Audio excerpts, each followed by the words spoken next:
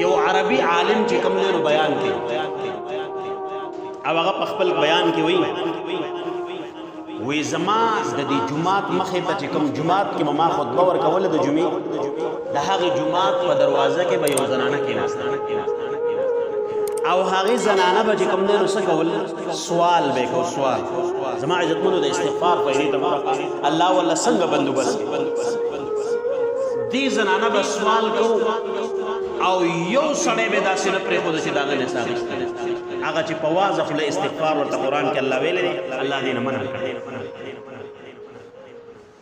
دی به چې کوم دی نو په واضح خوله څه کول غوښتنه به یې کوله معنی یو سړی به یې نه پرېښود یو ورځ چې کوم دی نو د مولانا صاحب ته د عالم ته چې کوم دی نو خلکو له دې شکایت وکړو یاره د دې جومات په دې دروازه کې یو زنانه ناست دی او بس د دې دا بل څه کار یې نه خو دا چې څوک هم تېرېږي نو بس هغې نیولې او د هغې نه څه پیسې خامخا دغه مولانا صاحب وایي زه رالم د هغې نه مې تپوس چې ته دا سوال ولې کې هغې وویل وایي زه دا سوال ځکه کوم چې زما خاوند مړ شوی او زه کونډ یم زما واړه واړه بچي دي د هغې د ګټې وټې څوک نشته او که ته وې چې یاره ته چېرته ځان څه ورله کوه څه کار روزګار ورله کوه نو څوک مې په کور کې نه پرېږدي چې زه ورله څه وکړم څه ګټه وټه ولګوم د چا د کور چې کوم دی نو خدمت وکړم او د هغې ماله مزدوري راکړي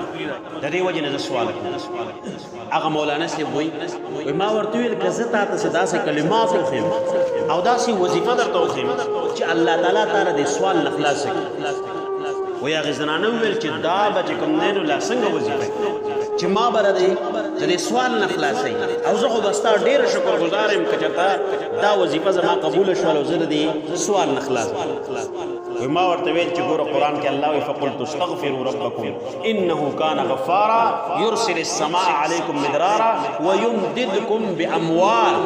الله وی مالونه به درله درکړي ته استغفار ډېر ډېر وایه وی هغه زنانه زما په دې خبره باندې عمل وکړو لاړه دا روانه جمعه چې رالم خلکو نه مې تپوس وکړو څنګه هغه زنانه راغلې وه که نه وراغله وایي خلکو راته وویل چېرې زنانه خو نه وراغله یوه جمعه تېره شوه دوه تېرې شوې درې تېرې شوې څلور جمعې تېرې مطلب یوه میاشت تېره شوه د یوې میاشت د تېرېدو نه پس چې کوم دی نو ما د هغې لټون شروع کړو چې دا څوک و او د کوم ځای نه راغلی و او دا د دې معلومات کوم چې اوس ولې نه راځي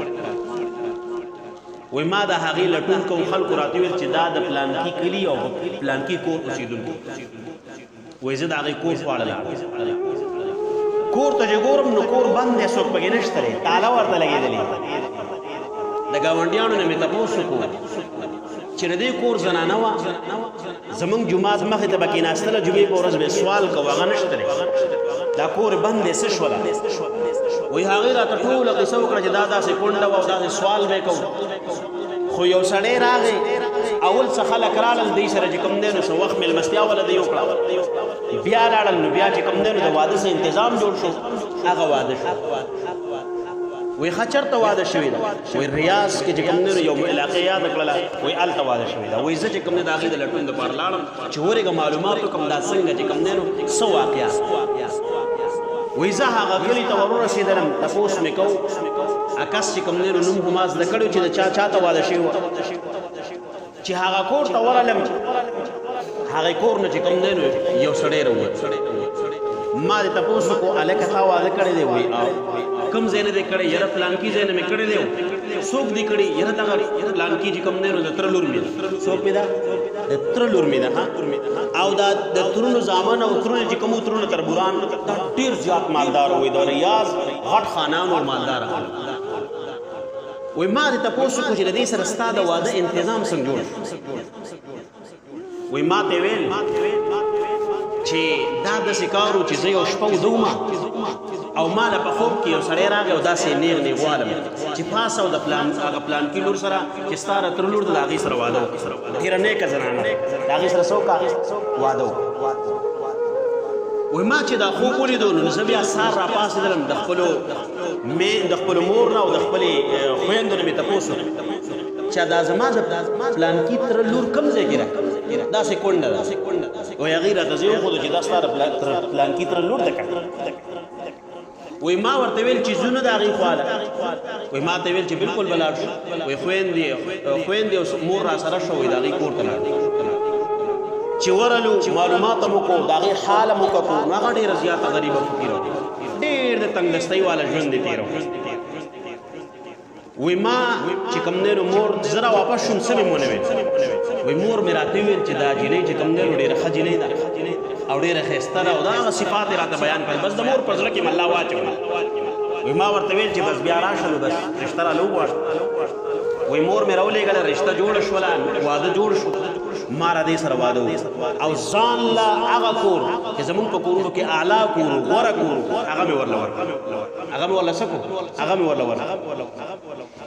وای د دې زنانه نه بیا چې کوم دی یو شپه ناستو دې سره میک اپ شپ لګو تپوس مې ترې وکړو چې یاره